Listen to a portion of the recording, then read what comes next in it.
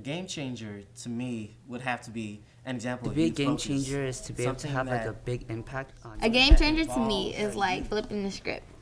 So for me, when I think of being a game changer and what I think the importance of independent sector and why coming together to this conference actually matters, is that we need to be thinking cross-sector, public-private partnerships, and interdisciplinary solutions.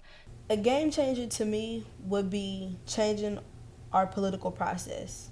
I think changing the game, though, is that you make the institutional changes that survive beyond the person.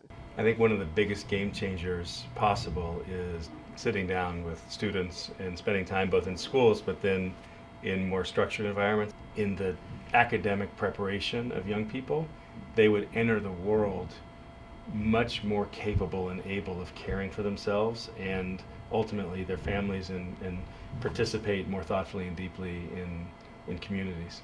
The community as well, because each one brings like a unique way to inspire youth and the community to like become better people, to give back to the community, because there's communities who are wealthy, there's communities who need help, and if the communities who need help come together, and those organizations will be able to inspire people to work harder and succeed and get things done.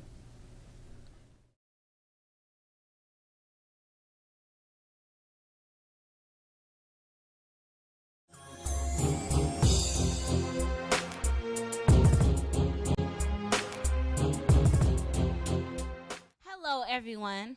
What burning question would you ask the mayor if you had the chance? Today, on this show, we get that chance, and we're going to make a little bit of history here at KDOL. Approximately 500 kids go to juvenile detention centers each year, and after they come out, most of them don't receive help from probation officers.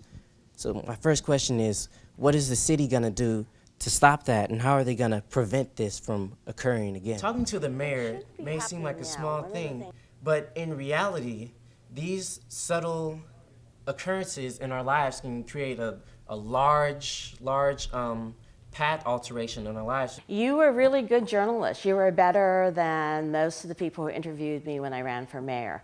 You knew your subject, and then you came back the following year to see whether I had done what I said I would do, and I think I did. Soon after you took office, you helped us kick off our first edition of Youth Focus.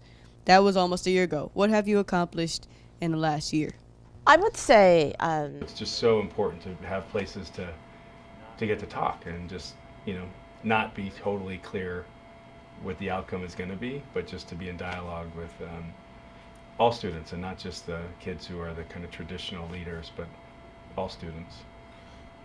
And so it takes creativity, it takes entrepreneurial skills, it takes young leaders from Gen X, Gen Y, and your generation in this high school classroom to actually think about what are those innovative ways to solve these problems. So it doesn't matter if you love math or you love history or whatever it is you want to be a journalist, we need all of you to actually step up, participate in society, and help leverage social change.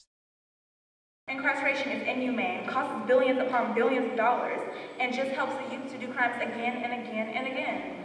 Community-based rehabilitation is the only way we can have the outstanding effect we so desperately need. The Bay Area Urban Debate League has existed since fall 2008. So basically its purpose is to bring about a generation of young people who know absolutely how to engage with the political system and know how to become the leaders that my generation, for instance, have failed to be, the leaders that we need to actually solve some of the problems that exist in our society.